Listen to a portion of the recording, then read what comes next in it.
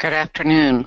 Welcome to SCA's webinar series. We have a webinar series that we've been providing for showcasing our instructors, and today's webinar is on risk management and response planning to minimize impact to projects, including cybersecurity, featuring Jill Almager. Jill is a certified project management professional. She's registered as a professional engineer in Texas. She's worked at HP in the IT industry for 20 years, leading technical teams, and she's also consulted to the oil and gas industry for clients such as BP for ERP conversion projects. She's been a frequent presenter at the Society of Women Engineers and the Project Management Institute. She's served on the Federation of Houston Professional Women, Texas A&M University Biomedical Engineering Industrial Advisory Board, and she's currently the chair of the Biomedical Engineering Society of Houston Industry Chapter and past president of the Association of IT Professionals in Houston. Jill has a BS in Bioengineering from Texas A&M and an MBA from HPU. And before we get started with today's webinar, we'd like to ask some polling questions of our audience to learn a little bit about your demographics. And so the first question is, how many years of experience do you have in your respective industry? So we're starting to get some responses back now. And we're going to ask 2 or 3 of these polling questions to start our webinar today, and then we'll ask a few more during the webinar. So we've almost got everyone voting, so I'll go ahead and close this poll and share the responses. And so you can see that we have a good distribution with different experience levels, kind of a bimodal distribution with quite a few in the 11 to 20 years and quite a few with more than 30 years experience. So let's go to our next demographic poll. In what industry do you work? So here in Houston, we obviously do a lot of consulting to the oil and gas industry, but we thought, considering this was a project management presentation, that we might have some other industries represented as well. We're starting to get some good responses back on this poll. Almost everyone has voted, so I'm going to go ahead and close this poll and share the results. And so this is interesting. As expected, we have 74% in oil and gas, but some representation from the medical industry, and 22% of you are other industries. So that'll be interesting. So let's go ahead and go to one more poll. And this is, what level are you in your organization?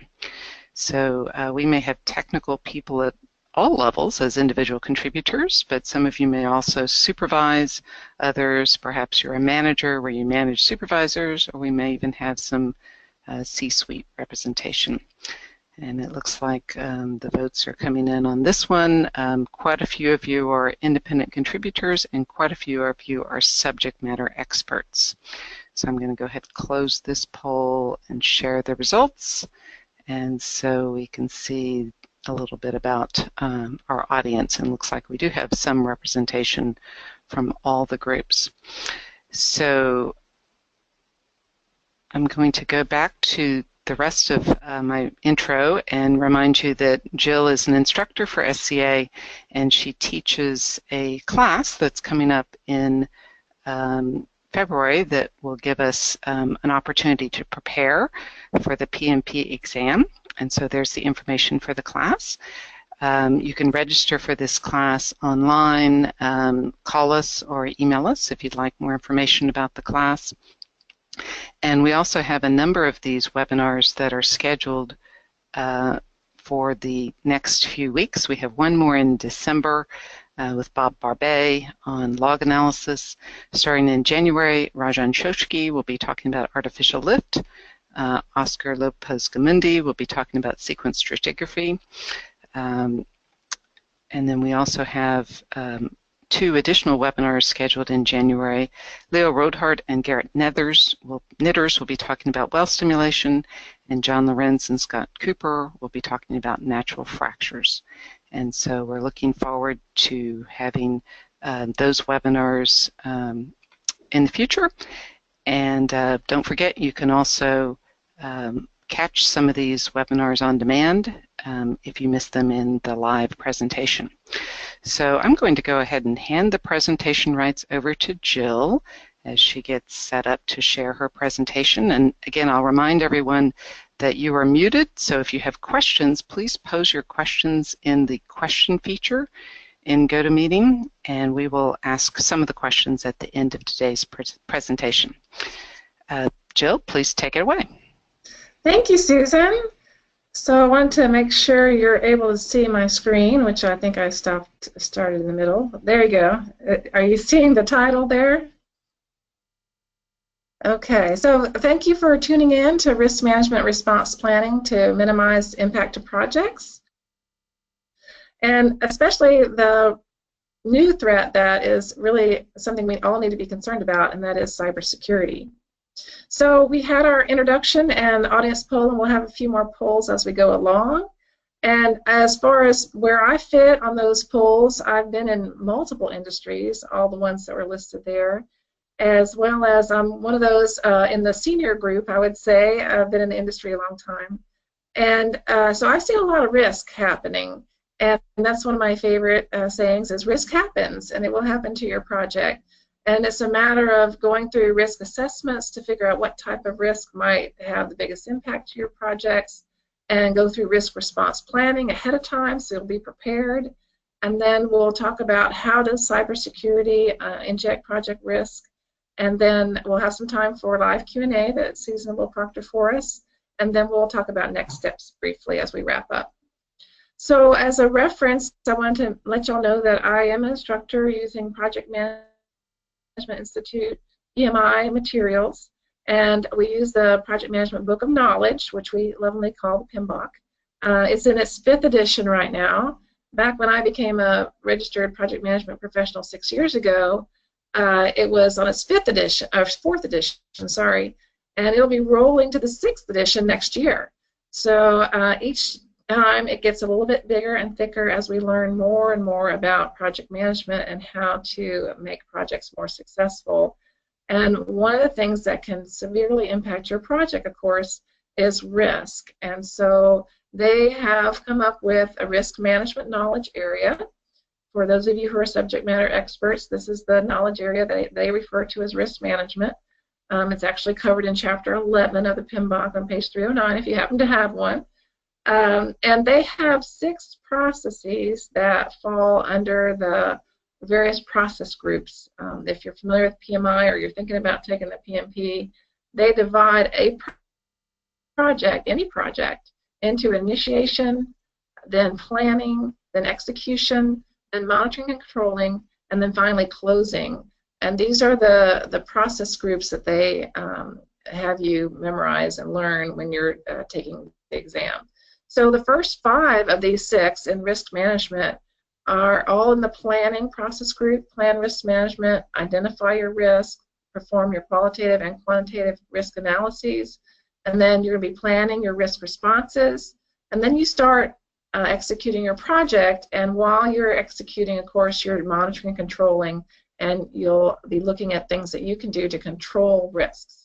So those will be the areas we'll be talking about in this webinar. We can't go through the whole thing because it's a much longer module when you take the course for the exam than I have to do today, but we will hit some of the highlights. So risk happens. And according to PMI, the definition of risk is an uncertain event or condition. And if it occurs, you could either have a positive or a negative impact on your project's objectives. So a lot of people are surprised to think about risk as having a positive impact. But let me give you an example, since we're going into the Christmas season and people are buying a lot of toys. You might remember one of the popular toys that nobody could get their hands on one year was the Tickle Me Elmo. Well, that's an example of a positive risk. Now, the people that were manufacturing that toy had some kind of forecast that they were basing their manufacturing capacity on, and unfortunately demand outstripped that capacity. So that's an example of a positive risk impacting you. Now, on the other hand, if they had built 1,000,000 Tickle Me Elmos and only sold 500,000, then they would have had a very negative risk, effect on their profitability for that project or for that product development. So whether you're doing a product development type of a project or a construction project, any type of project can have uncertainty that will impact it. And so you need to do your risk management and response planning ahead of time to identify what kind of negative effects or threats there are that could cause your project to go over budget, to go over schedule, to not deliver the scope that is of satisfaction to your clients or to your company. So then if you have a positive risk, you want to be able to capitalize on that opportunity. But since we only have limited time today, we're going to focus on ways to minimize the negative effects that risk could have on your project. So of course we need to identify what risks are we subject to. So we do a risk assessment. And you may have heard of risk assessments before for internal controls. How do you make sure that nobody is cooking the books, or like Enron coming out with something that's going to jeopardize the company? So there are those types of risk assessments. And in the case of delivering new products and implementing large projects, in my background we had multi-million-dollar projects we were implementing for various types of clients. Some were public utilities. And we would have a long list of risks that we had experienced over time. And you probably do too, since many of y'all are senior and subject matter experts. You have the war stories that, oh, can you believe this happened, and what you did about it. So that's what we would start out with. We would start out with, what risk do you think is going to happen to this particular situation? For example, we had one computer room that was bare walls. And they said, okay, so you're going to install your computer equipment over here. And we're like, well, where is over here? They hadn't even mapped it out yet. So it was kind of an unknown situation. And then the other thing we found typically is if the client side did not have strong project management on their side, that if we had a critical path item such as needing the network to be up and running before we implement it, they may not have it running on time. And so that was one of our qualitative things that we would look to see whether or not they had strong project management at the client site or at the job site. So these are examples of known unknowns that are risks. For example, hurricane season will impact the Gulf Coast and the East Coast, but you don't know exactly when or where. And so although it's a known unknown, you can't necessarily say when it's going to happen, but you can put it on your risk register that this is something that we need to be aware of that could impact our project. And then there are the unknown unknowns, such as a tsunami.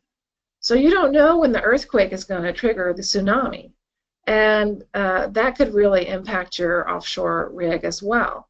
So we have to be able to put in those kinds of things that you may not anticipate.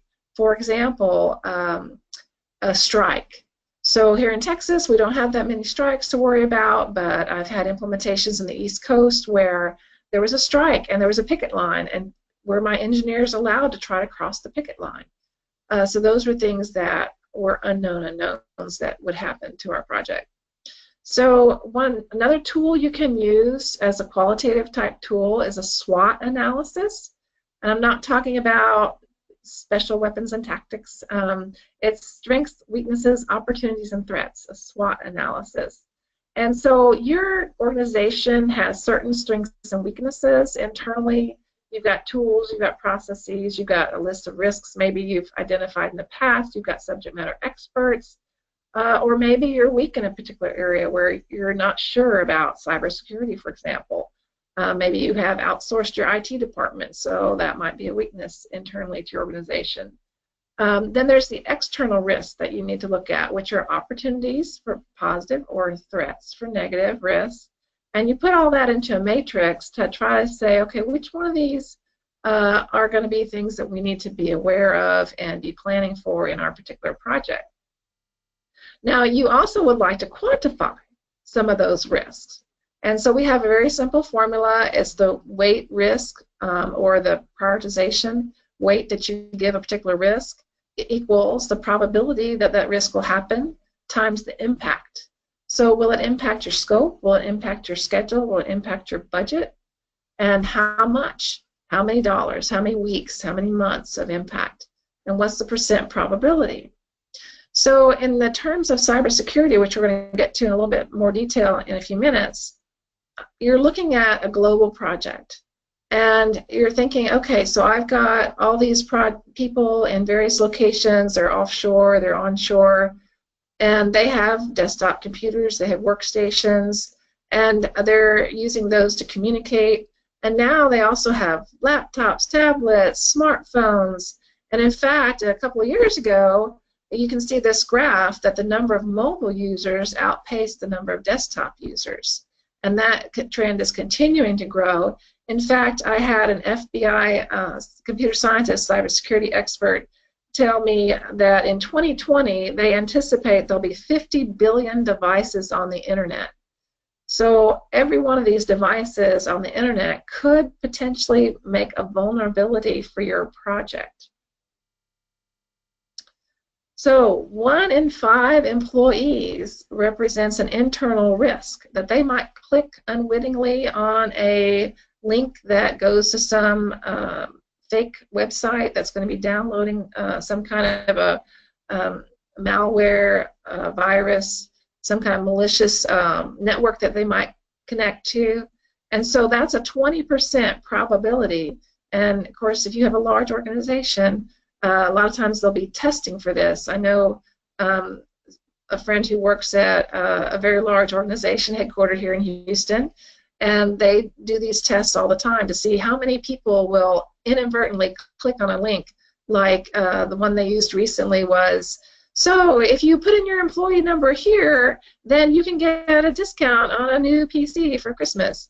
And a bunch of people clicked on that, and it was not a real legitimate email. So the behavior of people is one of the big things that you have to be aware of on your project team and in your company or your client site or your vendor site.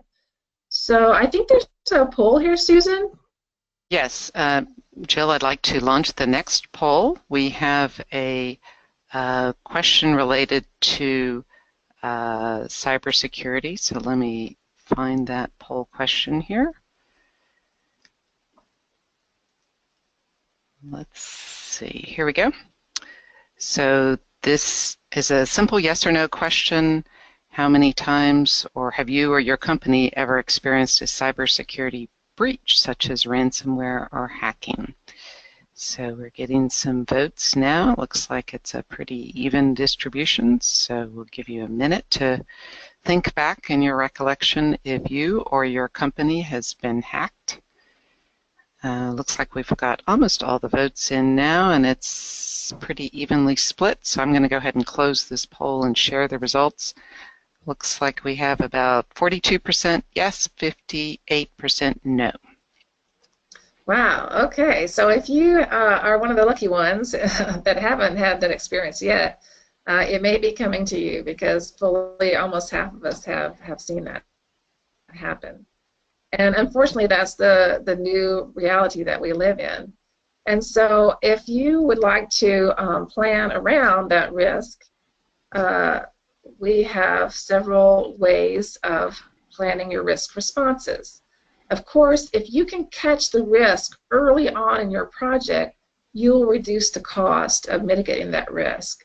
So for example, if you're doing a product development, and you're going way down the line and you're almost ready to go into production and you find something wrong with your design or your calculations, then it's going to be much more costly than if you found that problem early on, because it's going to cost you more time to go back and recheck all your calculations, or you may have actually purchased some equipment that now is the wrong type of equipment because it's not going to meet your needs. So again, the earlier you can catch the risk, as you probably know, the less it costs you to your project. And how do you do it? How do you catch it early?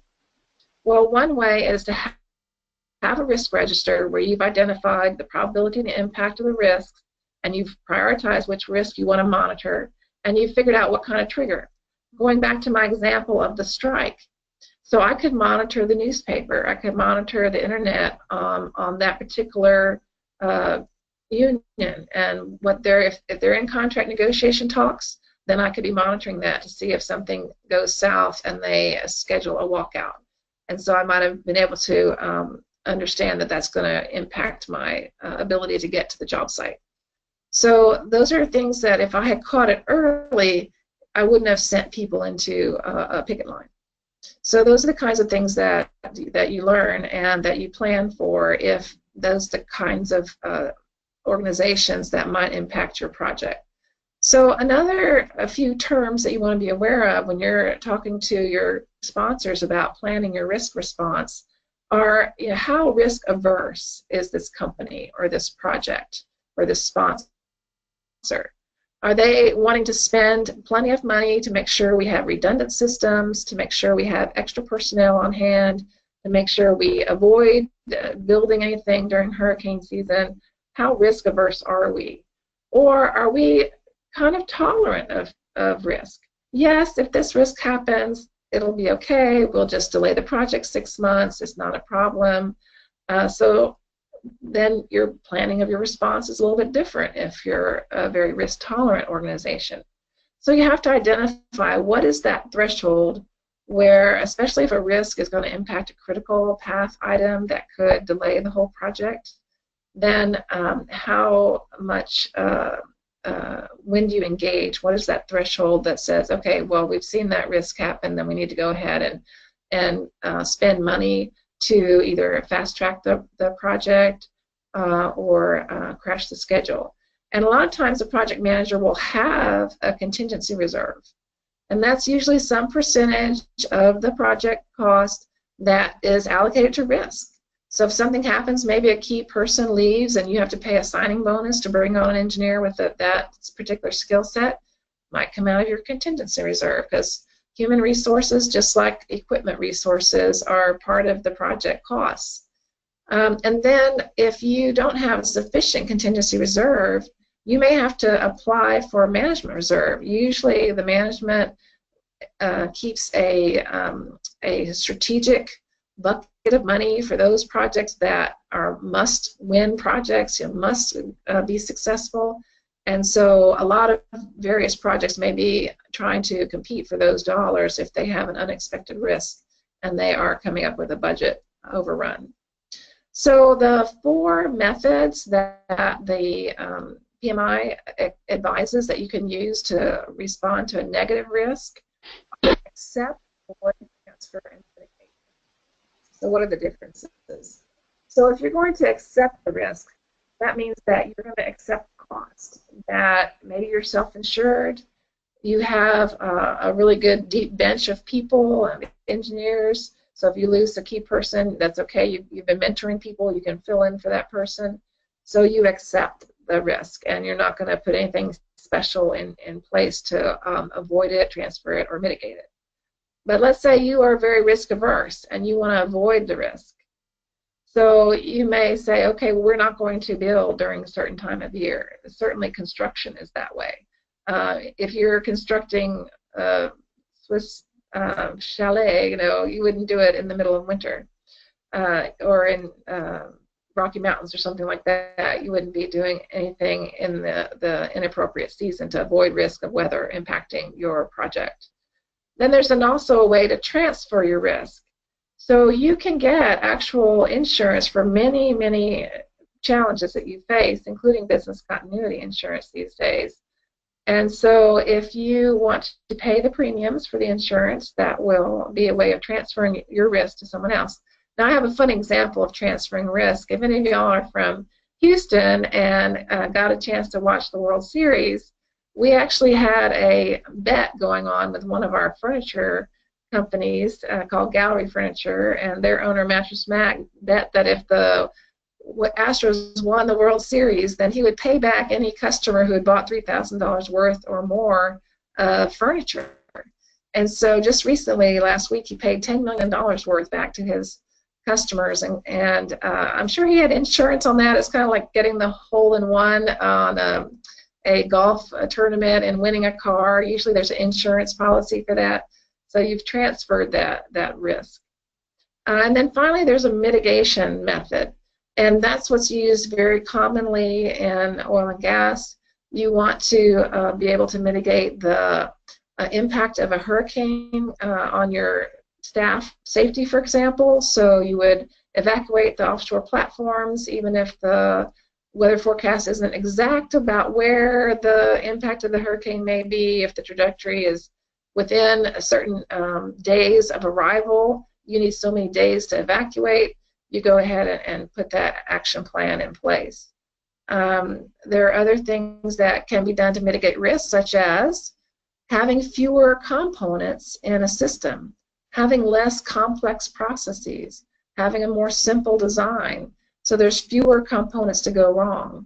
When you buy a new car and you get all the bells and whistles, you go, okay, great, now there's more to go wrong, right, more to break. So those are some other ways of mitigating risk to your product.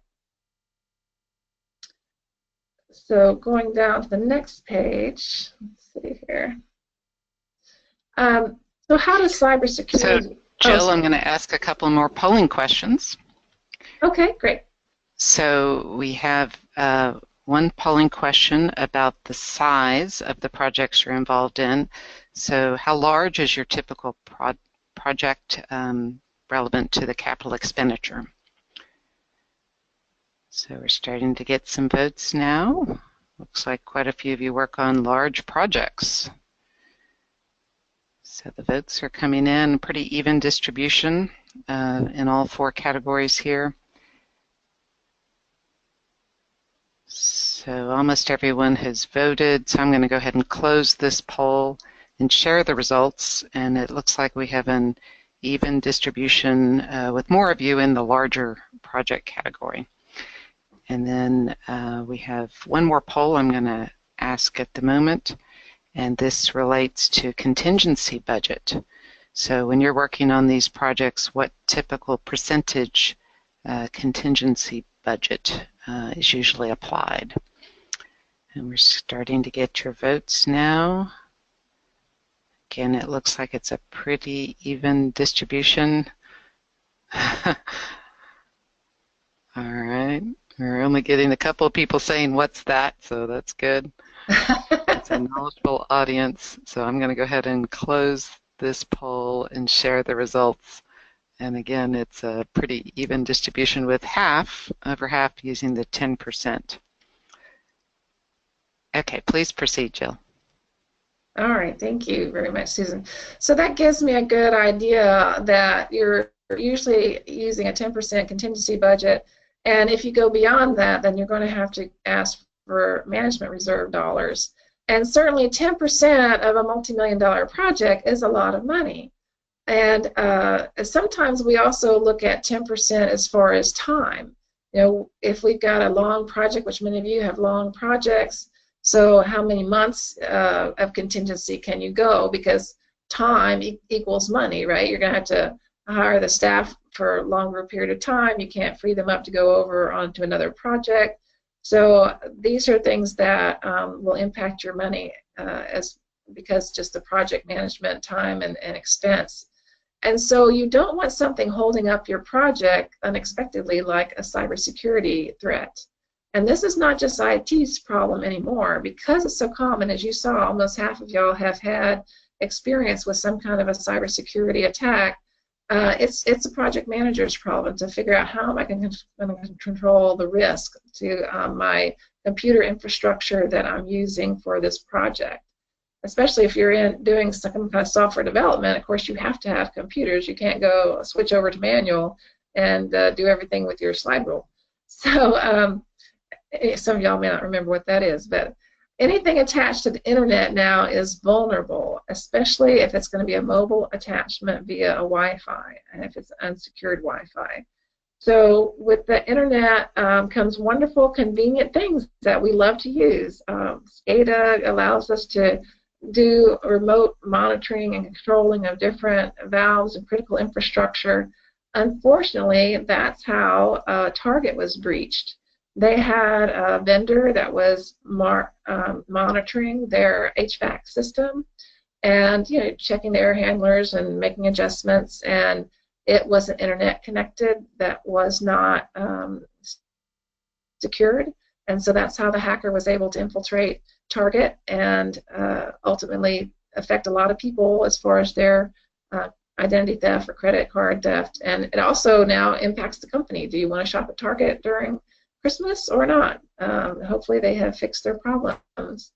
One of the things that you want to do to control your risk is when you have subcontracted vendors, like a maintenance vendor that's controlling your air handlers from afar, then you want to make sure in their contract with you that you've got some kind of encryption requirements, some kind of malware remedy. If they have a malware that comes in through their connection, that they are responsible for, have some liability in mitigating and responding to that cyber attack. So another thing, of course, is those employees that you trust that they're going to do the best job they can, but you have to verify that that email correspondence really came from a reputable source. One of the things, or the text, because you can send a link over text now, and if somebody clicks on it and it goes to a malicious site, it's already too late. Now you're going to have to go in and fix the problem. So here's something that's been very common that the FBI was talking about, is that in your website you'll have the principals of your company, the officers. It'll be pretty easy to figure out what their email address is. And so a common scam is the CEO's email sends a message to the CFO or to the head of accounting and says, hey, I've set up a new account for this project. Please transfer $100,000 into this new account for this project. And so, the department head of accounting does as they're told, and they transfer the funds, and then come to find out that wasn't an email from the CEO at all. And that account wasn't set up by your company, and now those funds are gone to some account that they can't get back. So I wouldn't be telling you about it if it hadn't happened, unfortunately. So those are things to always call and verify. It's even been a situation in my company where we had a project that we're doing software development, and I got this email they sent about 4 o'clock in the morning, and he said, hey, the project's moving forward, here's a link, I've put all the documents on it. Do any of y'all use Dropbox and other kind of document sharing sites where you click on a link to go to see your documents? Well, so I was going to click on the link, and it's like 8 o'clock in the morning. Maybe it's a little too early to call him to verify that, yes, in fact, he did send this out. Well, about 30 minutes to an hour later, I got another email from him saying, hey, I didn't send that email at 4 o'clock this morning. That's not from me. My email list has gotten compromised. Please don't click on it, delete it. So fortunately, I have software that I can run and take care of the problem. But some problems you can't just use antivirus on. There's a lot of things that, for example, we went to talk to one municipality about their smart meters that they were rolling out, citywide SCADA deployment, and we said, okay, so what are you doing for cybersecurity to protect your network and your customers, billing information, things like that? And they said, oh, well, we have McAfee. I said, well, even the FBI is saying antivirus isn't enough, that you have to have other types of firewalls and encryption and intrusion protection. And then if something happens, like a ransomware, ransomware had impacted several hospitals across the UK where they couldn't get to their data, their patient history data, so they had to actually cancel surgeries that had been scheduled because they couldn't see the preoperative radio, X-ray or chest X-ray or whatever else they had done. And so these are things where if you can't get to the data and you don't have a good backup and restore method, then that can really delay you getting back up and running, either in operations or for your project. In the case of these hospitals, some of them could not do operations for at least 24 hours until they got their backup put together. And so you want to make sure that that backup is not on the same network as the network that might have been intruded in. because then if the intrusion can get into your backup also, now you have no ability to get back in operations. So those backup and restore methods need to be tested. They need to be separate so that the one intrusion can't impact your ability to restore. So what kind of data is at risk? Do we have any more polls, Susan, or are we done with the polls? There will be one more poll that I'll run on slide 12. Okay, one more coming up. All right, so let me talk about what kind of data is at risk. We did talk about target identity theft, credit card theft, but what about your customer lists? What if someone loses their laptop in the airport, which has happened to one of the managers I work for, and are the customer lists protected? What about your price lists? Would your competitor like to know about your price list so that they can bid a project against you? Believe it or not, when my dad was in marketing research for one of the major oil companies, they looked at volumes of gasoline pumped at various competitors' sites, because at that time the pump showed how much, for the Commission of Weights and Measures or whatever, they could tell how many gallons had been pumped at that particular location. So what about financials? Is there a competitor or a country that wants to look and see what your earnings are going to be if you're publicly traded? And that can be a risk if your project, for example, I'm putting in a project with a client and we're going to have an interface to PeopleSoft so that we can do billing. And so once that interface to PeopleSoft is established through my software package, what is going to be the protection that no one can get in through my software into their financials, or through the company that supports that software, that has access to it, that has administrative rights to it. So you don't want to have administrative rights like admin with a default password like that anybody can get into, because they may be after your trade secrets, your engineering expertise. They may be after your project plan. When are you going to launch that new project? What are going to be the features in that new Corvette? So those are all things that could be at risk. And this graphic here shows that an average day at a large enterprise organization, and this is from Checkpoint, one of the vendors in this space that I work with, every 32 minutes, sensitive data down there at the bottom, every 32 minutes, sensitive data is sent outside the organization. Every 33 seconds, right there in the middle of the page, you may have a bot that's communicating with its command and control center. So a lot of times these malware software packages have kind of like a little robot, and it pings back and forth to its whoever sent it. And so that's sometimes how you can actually discover what's going on, is that you have unusual communications going back and forth. We don't have any projects that are active in China right now, or we don't have any projects that are going on in Angola right now. So why is it we have this data going back and forth to those sites?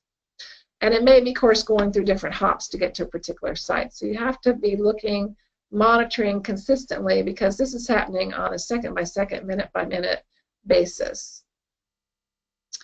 So what are attackers doing to evade the security defenses? I mean, surely IT put up a firewall, right? Well, they still get in about 44% of the time. The threats go undetected by the automated security tools, because the virus definitions constantly have to be updated. If you only run your virus updates every 6 months, then you're probably not going to catch the latest ones. And unfortunately, there are always new threats that are coming. And a lot of times they'll come in and hide, and they'll be looking, the average time an attacker is dwelling in your network looking for other ways to get into your financials or to steal your trade secrets, get names of your employees for recruitment, who knows what. They might be in there 6 months before you actually discover that they're in there. And so why? Because many of them are very difficult to detect. I mean, if they were, they know what they're doing, unfortunately, and if they were easy to detect, we would find them, right? But 70% of the challenge is really detecting those hidden and unknown or emerging threats that haven't been out there yet. That's why when ransomware first started, it was so impactful to so many people, because It was new. It hadn't been around before. And it might have been dormant in their system for a while, but they didn't detect it. So that's the central issue, that there's this dwelling time that you may be infected and not know about it. And it's interesting that we use terms like virus and antivirus to talk about these things, because it's like a flu epidemic. You know, during flu season, that's a risk that some of your key individuals might be out for 2 weeks.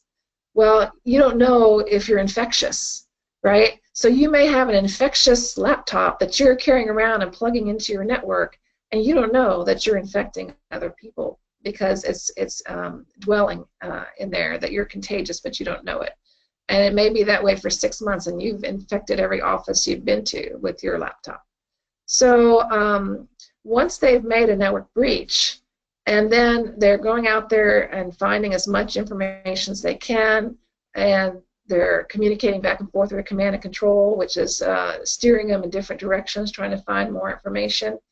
And you think, oh, this is too crazy to even think about. But think about the Astros. I have to go back to our World Series Astros once again, since we're in Houston.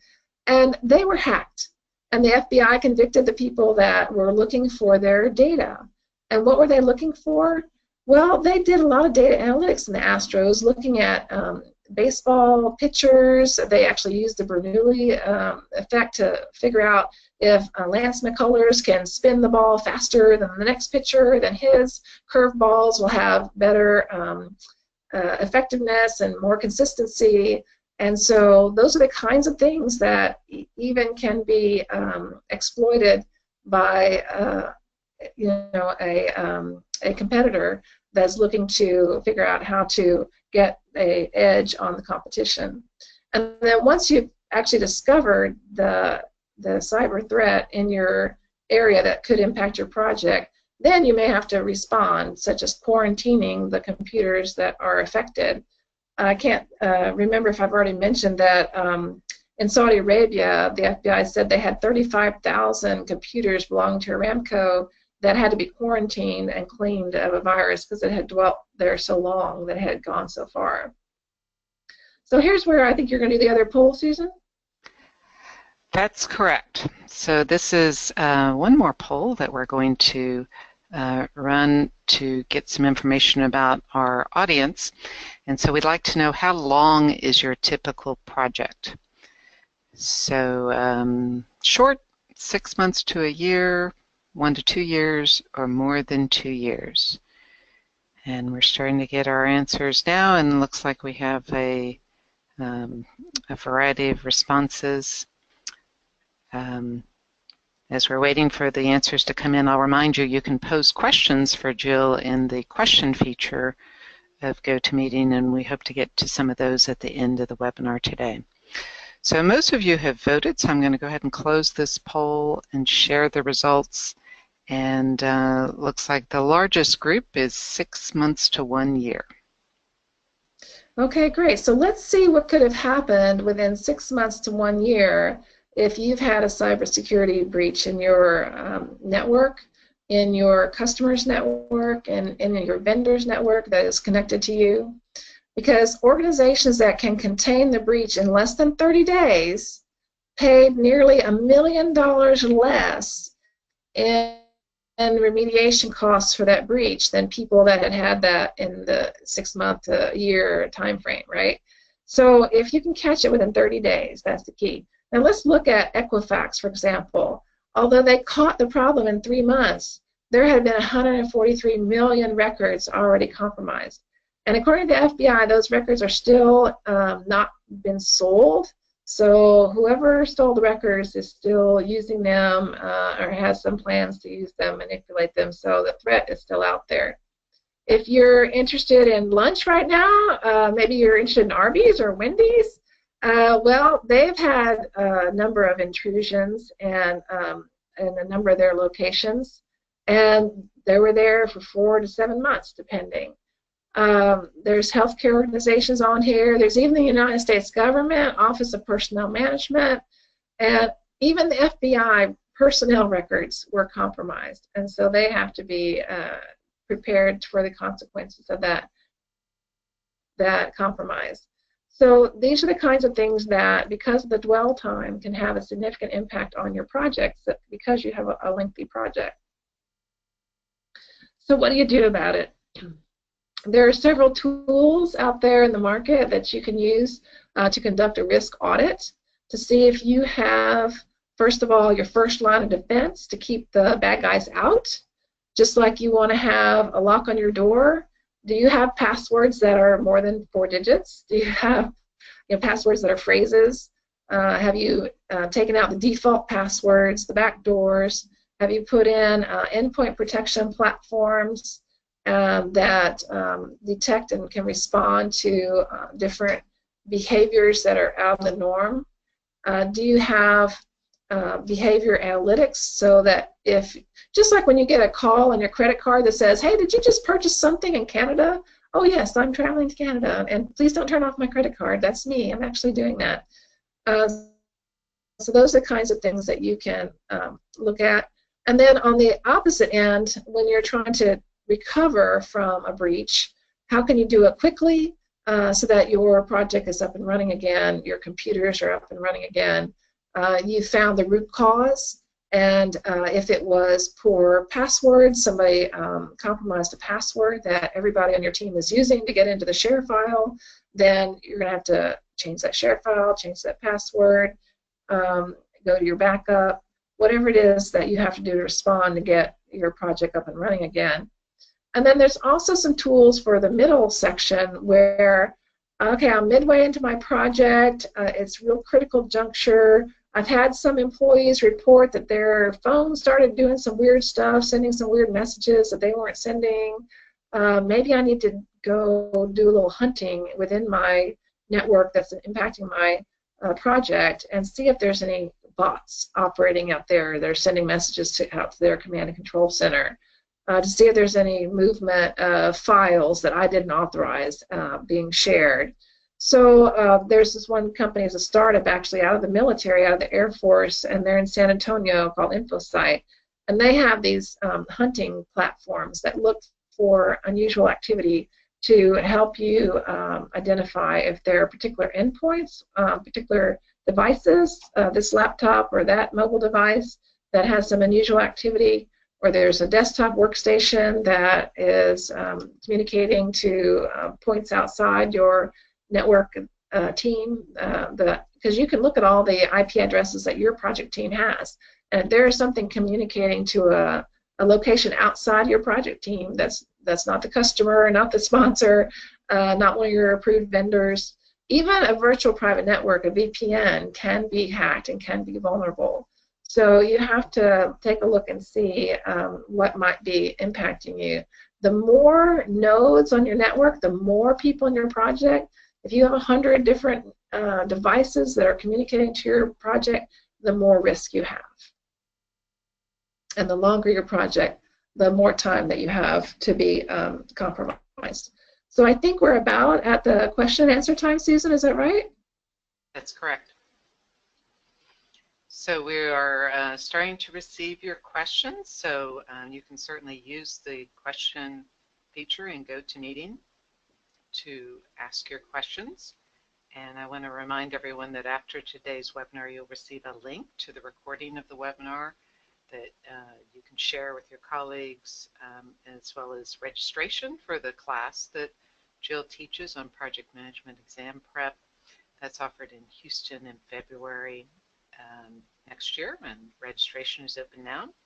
So we have a question, Jill. Are the stolen, compromised records, are those usually employee records, customer records? What type of records are most commonly stolen?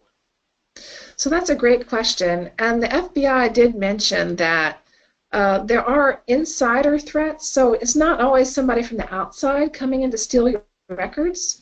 So an insider threat might be even, let's use education. A school, believe it or not, could be, somebody, a student wants to look at exam records and change grades, whatever, that still happens. But as far as, I don't know the answer to exactly what kind of records are most often stolen. I just know that, for example, in the healthcare industry, because those records have your patient social security number might have credit card information, your ID, where you live, etc. But those are very valuable on what they call the dark web. It's usually called the black market, right, where you sold different people's identities. And so those are records. It just depends. I mean, who would have thought that the Astros would have gotten hacked for somebody's pitching records, right? So it just depends on who is trying to seek. Think about who might be a threat when you do your SWOT analysis. Are your competitors, are your customers, are other countries trying to? It's basically cyber warfare. Are they trying to compete in your space? And would they stoop to these means to get records about your personnel or your financials? But those are very common ones that are stolen. Thank you. The next question relates to the certification project for project management. How much project management experience does it take to get certified as a project management professional? So that's a great question. They actually have several levels of project management certifications that you can hope to achieve. The entry level is called the CAPM, the Certified Associate Project Manager, and so you don't need as many years of experience, and the test isn't quite so long as the next level, which is the Project Management Professional. And so there's a requirement for 35 hours of formal education in project management, which is what the course that you would take at SCA gives you. And then you have to go through your experience and this different number of hours, 2,000 hours or up to 2,500 hours, depending on the level. And you can document that over the past 8 years. So if you've had some very large projects where you've spent a lot of time on those projects over the past 8 years, then you should be easily able to qualify for those hours. And we have a tool that we provide to help you figure out if you have enough hours of project management experience to qualify to sit for the exam. Thank you. The next question is the PMP certification only valid in the United States, and is there an equivalent in other countries? So that's a great question too. I'm working with a project manager out of Germany, and she has a different listing. It's called Prince 2. So in Europe they have another type of certification, but the PMP is from PMI, which is Project Management International Institute, and they have actually global recognition for the PMP. So it's not just the United States. The PMI is a global organization, and so this is the first time I've ever worked with somebody who wasn't a PMP, who has had some other certification. But there are other ones out there, but I think PMP is very well recognized globally. So many of us are working in corporate roles where we're following protocols to mitigate risk of hacking. How can some of this best practice be transferred to our personal records, our tax returns, our e-banking, those sorts of things? So the FBI agent that, well, not agent, but computer scientist that I spoke with about that, he said for him personally, he uses a password manager. And you can get password managers to help you remember all these crazy passwords that you're supposed to have, these long passwords that are phrases and that don't include your name or your mother's name or any of the common ones. And so he recommended that that you change passwords often and you have some kind of a password manager to help you remember all those passwords. And of course, have all your mobile devices having passwords so they can't just be stolen and somebody get into them. And unfortunately, Android and Apple are devices that people can hack into. So if you have your private information, maybe your banking on there. The other thing that I do is I don't like to do banking transactions or anything like that when I'm at a mobile device, when I'm at the Starbucks. I don't even trust taking a picture of my check and to deposit it, because what if somebody got into my phone and could see the pictures of all my checks? So you need to delete some of those things. So yeah, personally, I think filing with your electronic tax return is fairly safe, but you need to make sure that wherever those those documents are that you need for the next year and the next year and the next year, that you've got a backup. We keep our backup in a safe deposit box in the bank, because even through the flood of Hurricane Harvey, when we were flooded, our safe deposit box was safe. Great. You've given some excellent examples of how the project management professional applies to the oil and gas industry. What other industries are commonly interested in having PMP certification? So anything where there's a large expense, and a large risk if it doesn't work. So in information technology, for example, if you're rolling out a big new software platform to thousands of people, or you're rolling out a website that's going to be taking in orders for your company, those are really mission critical projects. And so they need to be a successful project. If you're doing product development in any kind of industry, automotive, healthcare, any kind of industry that's doing product development, those projects, you want to make sure you've invested and you get the return on investment, that that product actually gets to market. So it's really these tools. You don't use a sledgehammer if you need a ball peen hammer. But if you've got a very big project and you need sledgehammer, then you've got the tools that have been developed over the years to help take care of those risks and to make the project more successful. So in addition to risk management, what are some other key topics that are included in your course for the PMP exam prep? So there's a number of knowledge areas, and I've talked a lot about cost and schedule and scope. Those are certainly areas where we do a lot of management, but there's also human resources. There's also procurement management. There are integration management. How am I integrating all the different things that are going on within the project? So there are actually 9 knowledge areas. I think there'll be 10 knowledge areas in the next PIM box. So the sooner you can take the exam, the better, because they're adding more knowledge as we go, as we learn over years that the project managers will need to know to be able to certify. Right. I understand the next version of the PMBOK Book of Knowledge is going to be coming out next year, so it'd be good to go ahead and take the test now before they update and add more content. Yeah, they're adding about 150 more pages in March, yeah. Great.